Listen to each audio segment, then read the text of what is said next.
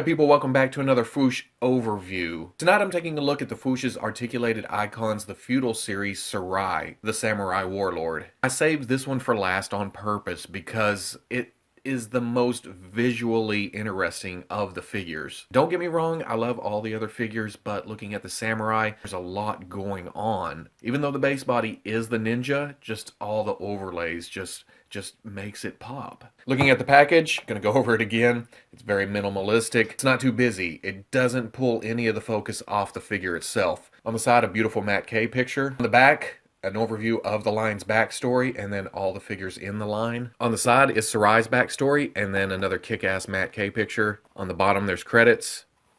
On the top, the logo with the Fwoosh. To be honest, I've had this open, so I know what I'm getting into here, but I'm going to show you. And there you go, all out of the package. And like I said, underneath all the armor, it's just the basic ninja. The wrinkles, the sculpt is the same. But building up on top of the ninja body, it allowed for less tooling. So a lot more detail could be put into the armor pieces themselves. There's ridges, there's rivets running up and down the sides, holding all the armor together. You can see the little ties and such in the sculpt. And then the paintwork. Underneath, it's a red ninja. It has a black wash to it, kind of darken it down. But on the armor itself, this is what I like the most. The red looks nice and weathered there, and then the gold trimming and rivets just makes everything pop. It's very cool that the factory was able to get in there and paint every little rivet down the sides. And then the wraps around the forearms and the shins, they're just black with some red stripes, but it's all painted really nice. But looking at the ninja itself up close, you can see that the eyes whited out. That's part of the storyline, and I haven't memorized all that yet, but there's a reason for that. On the Deluxe Ninja I showed a couple weeks ago, it's the same head. But pulling his helmet off, it's the same kind of system as the hair pieces.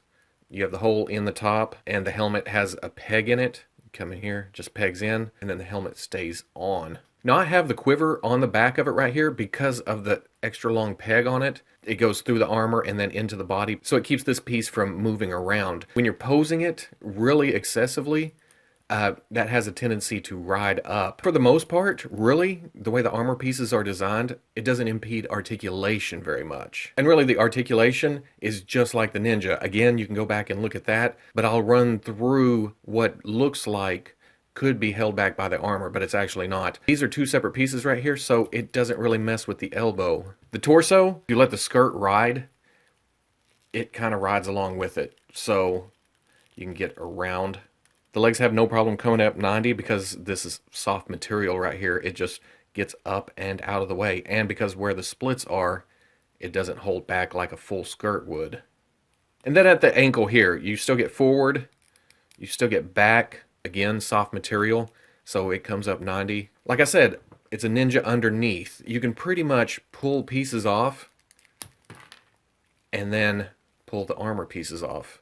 And what you end up with in the long run is, really, if you wanted another red ninja, you would have one under the samurai. The only thing is the neck is flesh tone. So if you were to put the ninja head, which this does come with one, you'd have that gap in between head and torso. Continuing to strip him down, you can pull the arms off, and that leaves the torso open. Now, this being the final painted test shot, these aren't glued together right here, so this does come apart here, here, and then out of the bottom waist piece itself. So you can bring it up and over, and then this is the same thing. You can either go up or down with it, and then you end up with this. Even the feet, I heated them up the first time, but I was able to pop them on, and then each time after, I've just been able to just pull, and it pops off the pin. It's pretty much just a pin going up into the front. And then that comes off, and you have a standard ninja leg under there. Pops back on, not a problem. Now, as far as taking all this armor off is concerned, it is marked left and right up inside the armor. Now, I've been told on the final production pieces that this will be glued on the sides where it doesn't look like this, where it gaps over, and then it's going to be glued in the back between this piece and this piece, not in the front. So with a little heat, you'll be able to take it apart, strip it down like I just did with this one. Coming back around to the hole in the head, comes with a little top knot piece you can put in there. Kind of adds to the head whenever you're just using the human head. Also, when it comes to the swords, same swords that come with the ninja, They come out of the scabbard, and then the scabbard itself comes out of the holder piece that plugs into the back. You can put those here, here, and it just plugs into the back. And with the Ninja, you had to hold down low to place it if you wanted to put it at waist level. For the Samurai, there's actually a hole over here onto the side. Now for other accessories, you have his helmet. And the crest here, this one comes with the skull with the V on it. Again, you'll have to check the Kickstarter page to see what accessories actually come with this figure, because like I said with the other two, it's passed through several sets of hands. Some of the accessories had to go back to the factory with the first set, but Indy did include a separate crest. And what happens there is you can pop this off, and then the other one just pops into the hole, just like that. So, different looks. On the back of the package, it shows another one with kind of antlers coming off of it. Temple Guardian has more of a U-shaped right here. So, different options. Options are good. And then there's this mask and kind of a half mask. This is the full face, and this one's kind of a skull jaw piece with the teeth showing. On this, I found the easiest way is to put the mask on the head, where you can see he's looking through. The mask doesn't really clip to it, but it does stay on pretty good, which is cool. And then you put the helmet on because it kind of pinches the mask onto the head. You got to line up the peg into the hole, and then it has these side clips that kind of go into grooves right here. So it takes a minute to get everything lined up. And then you can put the crest on after you get that all plugged together. And it looks pretty good. It blends in whenever you use the gold crest and then the gold mask. And then for the half mask, it's kind of the same. You put it on the face, line it up, and then put the helmet on. And again, it works pretty good. Like I showed before, it comes with a quiver. It comes with an arrow.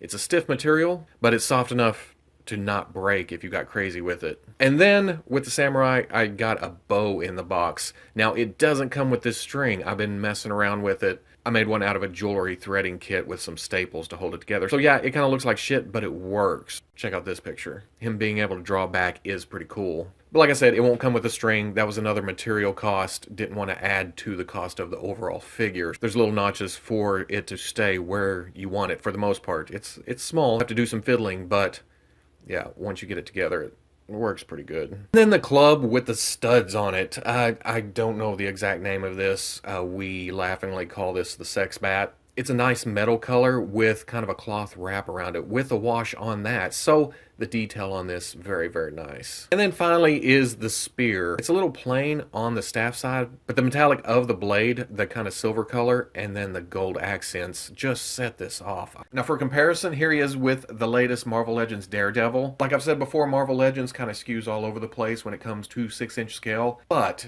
this will completely work if you wanted the Samurai or the Ninja or the martial artist on your Marvel Legends display. Here he is with the DC Icons Joker. This will work on that shelf too. The paint detail is a little bit more ragged, a little bit more dirty on the Articulated Icons line. And finally, here's the Marvel Legends Scarlet Witch from the Marvel Cinematic Universe. The movie figures come out just barely a little bit small, closer to 1/12 scale than the standard Marvel Legends, actually. If you want your movie Avengers fighting a bunch of ninjas and samurai, this will work. So at the end of the day, another great figure, another nice addition to the line. I'm still leaning toward the martial artist, surprisingly, as my absolute favorite out of the three I got. But the Samurai is definitely no slouch. It can get just slightly fiddly whenever you're trying to get that pose, trying to get that perfect stance. The armor slips down a little bit or it turns wrong. It just slides back up. It just slips back on. This is the painted test shot. Everything's not glued together, especially in the torso piece yet.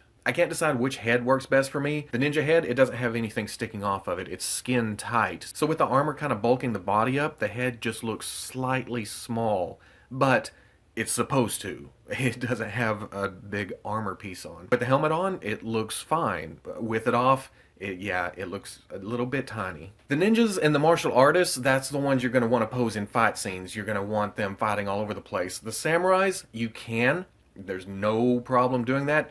But when I'm messing with it, I feel like it's the general. He's sending troops in. He's sending ninjas to go just attack the hell out of somebody. But if need be, he can walk out onto the battlefield and just take them down. There's an air of superiority to this figure, if that makes any sense. Like I said with the martial artist, it's got some muscle, some power behind it. The ninja, messing around with that, it feels agile, it feels lithe. The figure feels like it could slip into any room and kill you before you even know it. But the samurai, Yeah, like I said, cocky, superior. And he looks down his nose on the rest of the field. You know me, I barely know their names and I haven't memorized any of the backstories. Just going by my own impression while holding these figures, they give off their own attitudes. They ooze personality. That's enough of me rambling on about this. There's just something to look at every angle on this figure. So if you like this overview, comment, like, subscribe. I'll catch you on the Fwoosh.